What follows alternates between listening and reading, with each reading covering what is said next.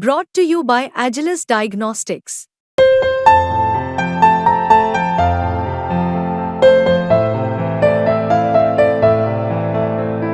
Agilus Diagnostics.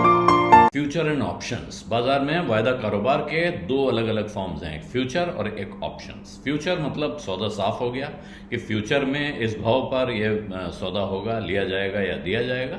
Options में option खुला है, विकल्प है आपके हाथ में कि उस दिन उस तारीख को इस भाव पर यह सौदा मैं कर भी सकता हूं और नहीं भी कर सकता हूं। अगर चाहूंगा तो सामने वाले को करना पड़ेगा, मैं नहीं चाहूंगा तो नहीं करूंगा। ये विकल्प हम खरीदते हैं, इसके लिए थोड़ा सा प्रीमियम देते हैं और एक सौदा आपके हाथ में आ जाता है। ये जो फ्यूचर एंड ऑप्शंस का कारोबार है इस वक्त बाजार का सबसे बड़ा कारोबार है और एफ&ओ में रिटेल ट्रेडर, छोटे प्लेयर भी बड़े पैमाने पर लगे हुए हैं। इसको लेकर रेगुलेटर्स चिंतित हैं और रेगुलेटर्स की तरफ से जो तरह तरह के सिग्नल आ रहे हैं उनसे अब एफ&ओ ट्रेडर परेशान हैं। उनको समझ में नहीं आ रहा है कि हो क्या रहा है, होने वाला क्या है। सेबी बार बार कहता है कि 10 में से 9 ट्रेडर एफ&ओ में नुकसान उठाते हैं। एवरेज है कि जो 10 लोग एफ&ओ कारोबार कर रहे हैं उसमें से 9 को नुकसान होता है, 9 सौदों में नुकसान होता है। तो फिर लोग ये क्यों कर रहे हैं? क्योंकि थोड़ा पैसा लगा के बड़ी कमाई का मौका है, खास तौर पे ऑप्शंस में। इसलिए ऑप्शंस में बहुत वॉल्यूम होता है और इस वॉल्यूम को लेके सेबी की तरफ से चिंता आ रही है, सरकार की तरफ से भी चिंता आ रही है। लेकिन ये जो रेगुलेटरी चिंताएं हैं और साथ में स्पेकुलेटिव एक्टिविटी यानी सट्टेबाजी को रोकने की कोशिशें हैं, और दूसरी तरफ बाजार में जान भी बनी रहे, बाजार में उत्साह भी बना रहे, लोग बाजार की तरफ आते भी रहें, ये भी एक लक्ष्य है। तो इन दोनों को के बीच में कैसे तालमेल बैठाया जाए, ये बाजार के पार्टिसिपेंट्स यानी कि एक्सचेंजेस, म्यूचुअल फंड्स और रेगुलेटर्स, सेबी, आरबीआई और भारत सरकार, सबके लिए एक तरह से एक काफ़ी टेढ़ी खीर साबित हो रही है। लेकिन सेबी बार बार कहता है, जो मैंने अभी आपको बताया, सेबी ये लगभग 2 साल हो गए हैं जब से सेबी ये वार्निंग लगातार दे रहा है कि रिटेल ट्रेड में जितने लोग हैं वो जो एफ&ओ का कारोबार करते हैं उसमें से 90% को नुकसान होता है। और साथ में वो रिस्क, ये इसका सीधा मतलब है कि वो रिस्क दिखा रहा है कि ये खतरनाक काम है, इससे दूर रहें। अगर आप अच्छी तरह से नहीं समझते हैं तो इसके चक्कर में न उलझें। वजह क्या है?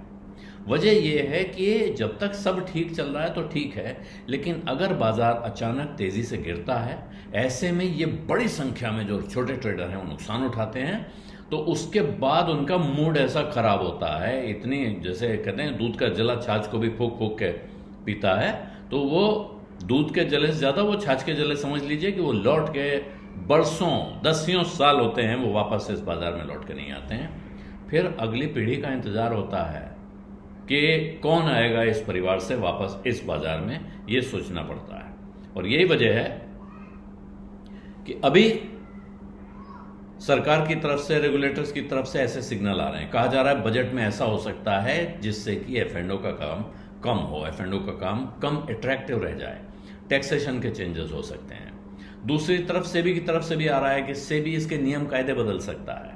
लेकिन अब प्रश्न यह है कि स्टॉक एक्सचेंजेस ने जिस तरह के कदम उठाए हुए हैं, पहले उन्होंने एफ&ओ के लॉट साइज चेंज किए, इंडेक्स ऑप्शंस के लॉट साइज छोटे किए। वो बहुत महंगा लॉट होता था, बड़ा लॉट था, इसलिए कम लोग सौदा करते थे, लेकिन अब वो लॉट छोटी कर दी गई है। दूसरी तरफ ये गंभीर सवाल उठ रहा है कि एक्सचेंजेस ने जो वीकली एक्सपायरी स्टॉक इंडेक्सेस के फ्यूचर्स और ऑप्शंस में लगा दी, उसकी क्या वजह थी, क्यों लगाई गई और क्या उसकी वजह से नुकसान हो रहा है? तो जो लोग इस पर सवाल उठा रहे हैं उनका कहना है कि जब महीने में एक बार एक्सपायरी होती थी तो बाजार थोड़ा स्थिर रहता था। अब हर हफ्ते एक्सपायरी के चक्कर में उतार चढ़ाव तेज हो गया है। और अगर आप पिछले कुछ समय का डेटा देखें, एक्सपायरी के दिन बाजार जिस तरह से व्यवहार करता है, जैसे वो तेजी से बढ़ता है और फिर गिरता है, या तेजी से गिरता है और उसके बाद अचानक तेजी से पलट जाता है आखिरी समय में, ये चिंता का कारण है। एक्सपर्ट्स का कहना है कि लॉट साइज बड़ा होगा तो एक बैरियर रहेगा, सामान्य आदमी उसमें जो कम जानकार है वो घुसेगा नहीं, चिंता कम होगी। और साथ में अब क्या कहा जा रहा है कि साहब ये जो एसटीटी है, ये बढ़ाया जाए एफएनओ के सौदों पे। तो इस फैसले के भी दो पहलू हैं। एसटीटी क्यों लगा था? एसटीटी लगाया गया था जब long term capital gains tax नहीं था स्टॉक पर। उस वक्त एसटीटी लगाया गया था कि आप कुछ तो टैक्स देंगे। अब अगर इस वक्त एसटीटी एक तो लगा हुआ है, तमाम वक्त से डिमांड हो रही है कि एसटीटी हटाया जाए। आप कितनी तरह से टैक्स लेंगे इस एक ही चीज पर? दूसरी तरफ अगर आप कह रहे हैं एसटीटी बढ़ाया जाए तो फिर क्या होगा? इसकी वजह से जो ट्रेडर्स हैं उनका कह सकते हैं आप, उनके उत्साह पे पानी फिर सकता है अगर आप एसटीटी बढ़ाएंगे, long term capital gains tax का हिसाब बदलेंगे, या जो अभी कहा जा रहा है कि अब एफएनओ की कमाई को शायद बिजनेस इनकम से हटाकर स्पेक्युलेटिव इनकम या लॉटरी की कमाई जैसा माना जाएगा और उस पर फुल रेट से, यानी जो मैक्सिमम स्लैब रेट है 30% का, उस भाव से टैक्स भी लिया जाएगा और उस पर टीडीएस भी लग सकता है। तो ये तरह तरह के विचार हैं। एक तरफ रेगुलेटर्स की तरफ से संकेत आ रहे हैं कि एफएनओ में नहीं घुसना चाहिए, एफएनओ से दूर रहना चाहिए। दूसरी तरफ एक्सचेंज एफएनओ में नए नए प्रोडक्ट लॉन्च करते जा रहे हैं, लॉट का साइज छोटा किया है। तो कुल मिलाकर भारी भ्रम की स्थिति है कि आखिर एफएनओ के प्रति सरकार का और मार्केट चलाने वाले लोगों का रवैया क्या है, और ऐसे में छोटे इन्वेस्टर को क्या करना चाहिए। छोटे इन्वेस्टर को कम से कम एक काम जरूर करना चाहिए। अगर आप एफएनओ नहीं समझते हैं, अगर आपको एफएनओ पल्ले नहीं पड़ता है और आपकी इच्छा है, बहुत इच्छा है कि नहीं साहब मानूंगा नहीं, इतना अट्रैक्टिव चीज है, इसमें तो हाथ डालना ही है, तो कम से कम इतना कसम खा लें कि थोड़ी सी रकम, छोटी सी रकम, अपने कुल पोर्टफोलियो का बहुत छोटा हिस्सा ही वहां एक्सपोज करें।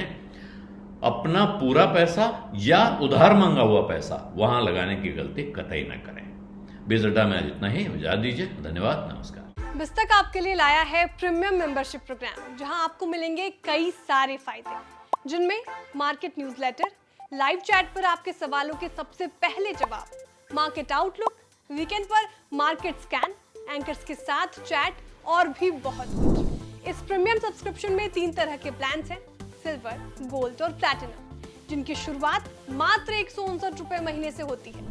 इससे जुड़ना भी बेहद आसान है। बिस्तक के YouTube चैनल पर जाएं, ज्वाइन बटन पर क्लिक करें और अपना प्लान सिलेक्ट करें। बस बन गए आप हमारे प्रीमियम मेंबर।